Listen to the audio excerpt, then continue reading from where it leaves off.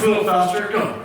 Sitting with Christ, walk in love, stand against the devil, sit, walk, stand, right, give them a hand. Thank you guys. Thank you for coming, you guys. All right, you can go down.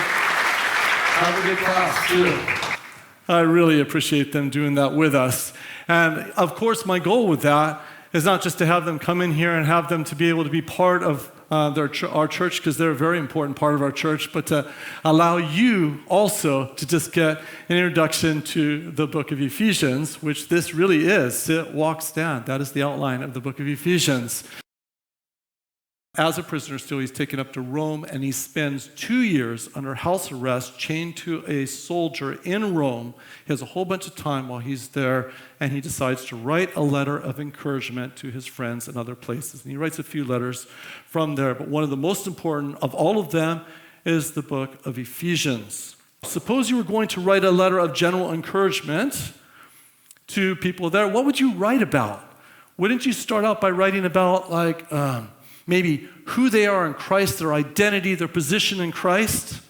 And wouldn't you want to just help them to know how to walk or live in their new life with Jesus? And wouldn't you want them to know what to do to stand against the attacks that come against them? And that's what we find. That's exactly what happens in the book of Ephesians, because you've got the sit section, which actually teaches you how to actually know your identity and your position and your authority in Christ. Then you've got the walk section, which teaches you how to actually live it out, and the stand section, which teaches you how to actually deal with the attacks that are going to come against you by the devil.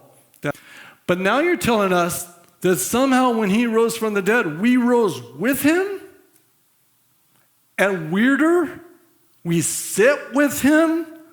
What is going on? I mean, it's like we have another body somewhere that's rising with him, or maybe this is some sort of mystical experience that you have, right?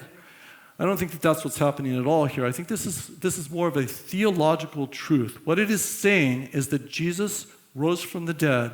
We rose with him. That is, we left our past life. We have been given the power to live a brand new life in him.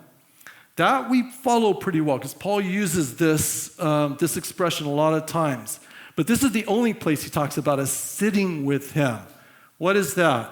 Let me just suggest to you that this means that so many things that are true about Jesus' place, because we're connected to him, we get to share in those right now, because we are in Christ, which is all over the book of Ephesians, that language. In Christness is everywhere.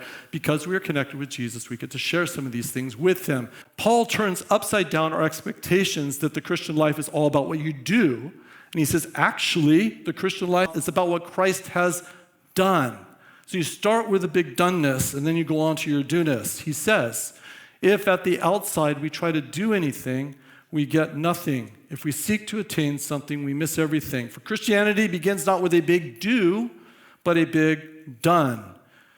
He also says, it is paradoxical but true that we only advance in the Christian life as we learn, first of all, to sit down.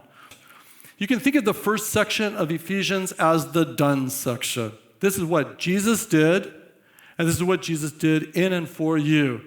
The second two sections, the walk and stand sections, are the do sections. It just flows out of that. Every Christian must learn also to stand.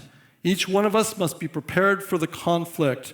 We must know how to sit with Christ in heavenly places, and we must know how to walk worthy of him down here. But we must also know how to stand before the foe. This matter of conflict now comes before us in the third section of Ephesians. You get attacked by the evil one when you step out into ministry, but that's okay, right? Because we are strong in the Lord and in the strength of his might. We know our position in Christ. We know our identity is rooted in Jesus Christ and nowhere else. We know that our authority is in Christ, but we have to remember the order. Sit, walk, stand.